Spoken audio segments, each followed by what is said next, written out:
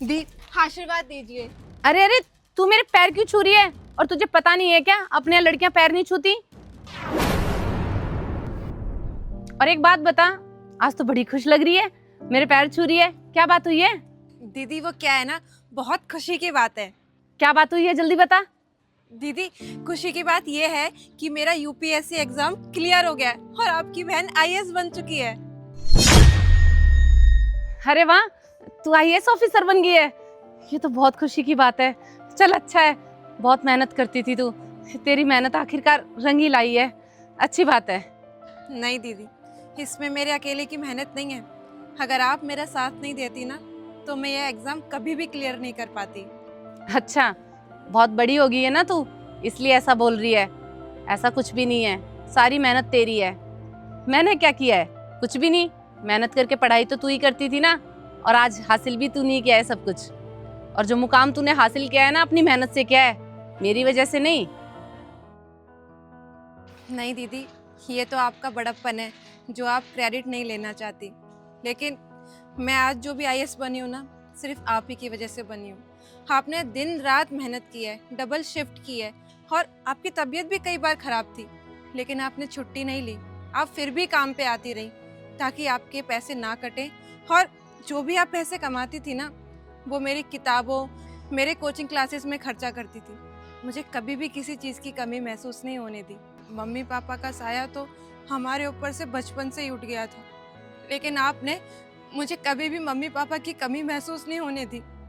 आपने मेरे लिए वो हर चीज़ की जो एक बड़ी बहन होने के नाते छोटी बहन के लिए करनी चाहिए थी। दी, आपका ये एहसान ना मैं कभी भी नहीं भूल सकती। कैसी बात कर रही है तू? मैंने क्या किया है? बस तेरी पैसों से मदद की है, बाकी सारी मेहनत तो तेरी है ना। दिन रात पढ़ाई तू करती थी, तो तुझे तो ये हासिल करनी ही थी। और अगर तू मेहनत नहीं करती तो मेरे पैसे किस काम के थे? कुछ भी नहीं, सब व्यर्थ था। तूने मेहनत की, पढ़ाई करी, तभी तो तू ऑफिसर बनी है ना। दीदी, इन सब चीज़ों की वजह से ना आपने कभी अपने ऊपर ध्यान ही नहीं दिया। देखो, आपने आज तक शादी ही नहीं की, और वो किस लिए? सिर्फ मेरी वजह से। लेकिन दी, अब आपकी बहन आईएएस बन चुकी है ना, तो अब आपको ये नौकरी करने की कोई भी जरूरत नहीं है। आप घर पे आराम से बैठ के रानी की तरह राज करोगी। ठीक है दी? पागल हो गई है क्या छोटी? मैं अपना ये काम नहीं छोड़ सकती। और क्यों भूल रही है? इसी काम की वजह से ना मैंने तुझे पढ़ाया लिखाया है, आज तू ऑफिसर बनी है। नहीं नहीं, ये काम मेरे लिए सब कुछ है, मैं इस काम को नहीं छोड़ूंगी। दीदी, आपकी बहन आईएएस बन चुकी है, तो अब आपको कोई भी जरूरत नहीं है सारे काम करने की। आप बस घर पे बैठ के आराम करो और बस मुझे हुक्म करते जाओ। छोटी मुझे ये चीज चाहिए, छोटी मुझे वो चीज चाहिए। दी, अब तो कुछ अपने बारे में सोचो ना। चल ठीक है, तू इतना कह रही है ना तो मान लेती हूँ तेरी बात। मैं एक काम करती हूँ, साहब से पूछ लेती हूँ, उसके बाद बताती हूँ तुझे। दी, आपको क्या लगता है आप अपने बॉस से जाके बोलोगी कि आपको ये जॉब छोड़नी है, वो और आपको ये जॉब छोड़ने देंगे? नहीं दी, ये अमीर लोग ऐसे ही होते हैं। ये नहीं चाहते कि गरीब लोग हमसे आगे बढ़ जाएं। इन लोगों का ईगो हर्ट हो जाएगा। और अगर आपने अपने बॉस को जाके ये बोल दिया कि आपकी छोटी बहन आईएएस बन गई, तो इन जैसे लोगों के ना पैरों तले जमीन खिसक जाएगी। अरे ये ना हम लोगों को ना सिर्फ अपने पैरों की जूती समझते हैं। दी, अगर इन अमीर लोगों को ये पता चल गया ना कि गरीब लोग पढ़ लिख के आगे बढ़ रहे हैं, तो ये लोग बर्दाश्त नहीं कर पाएंगे। आप मेरी बात मानो, अपने बॉस को कुछ भी बताने की जरूरत नहीं है। आप चुपचाप मेरे साथ चलो, जो होगा देख लेंगे। बस कर छोटी, जो मुंह में आ रहा वही बकरी है, एक लगाऊंगी कान के नीचे। छोटी है तू मुझसे, भले ही ऑफिसर बन गई हो। और क्या बोल रही है मेरे सर के बारे में? मेरे साहब जी ना बहुत अच्छे हैं, उन्हें जैसे ही पता चलेगा ना तू ऑफिसर बन गई है, वो बहुत खुश होंगे। वो और बॉस की तरह नहीं है। देख, अभी आएंगे ना साहब, जब मैं उन्हें बताऊंगी तो कितने खुश होंगे। कुछ भी बके चली जा रही है। दी, आप ना बहुत बोली हो। आपको दुनियादारी के बारे में ना कुछ भी नहीं पता, क्योंकि आपकी दुनिया तो मेरे से शुरू होती है और मेरे से ही खत्म होती है। दी, मैं आपको कह रही हूँ कि आपका बॉस कभी भी एग्री नहीं करेगा कि आप ये जॉब छोड़ के जाओ। आप मेरी बात तो समझो, मैंने दुनियादारी देखी है, मैं दिन भर बाहर रहती हूँ। क्या बात है पवित्रा? और ये कौन है? वो साहब, मेरी बहन ना आईएएस ऑफिसर बन गई है। अरे वाह, ये तो बड़ी खुशी की बात है। Congratulation. Thank you so much. Pavitra, तुम्हारी बहन आईएएस ऑफिसर बन गई है, लेकिन तुम्हारे चेहरे पर कोई खुशी नजर नहीं आ रही। तुम कुछ परेशान लग रही हो। सब ठीक है ना? वो क्या है ना साहब जी, अब मेरी बहन आईएएस ऑफिसर बन गई है तो वो ये चाहती है कि मैं ये काम छोड़ दूं। पर आप चिंता मत करें साहब जी, मैं ये काम नहीं छोड़ूंगी। आखिरकार ये मुकाम इसने मेरे काम से ही तो हासिल किया है। मैं यहाँ काम करती थी, आप मेरी मदद करते थे, तभी तो मैं इसे इतना पढ़ा पाई हूँ। मैं ये काम नहीं छोड़ूंगी। देखो पवित्रा, मैं तुम्हारी बहन की बात से ना बिल्कुल सहमत हूँ। अगर तुम्हारी बहन ये चाहती है कि तुम ये जॉब छोड़ दो तो तुम्हें ये जॉब छोड़ देनी चाहिए, क्योंकि एक आईएएस ऑफिसर की बहन ऐसे घरों में सफाई करते हुए अच्छी थोड़ी ना लगेगी। तो अब तुम्हें ना घर पर बैठकर रेस्ट करना चाहिए, छोड़ दो ये जॉब।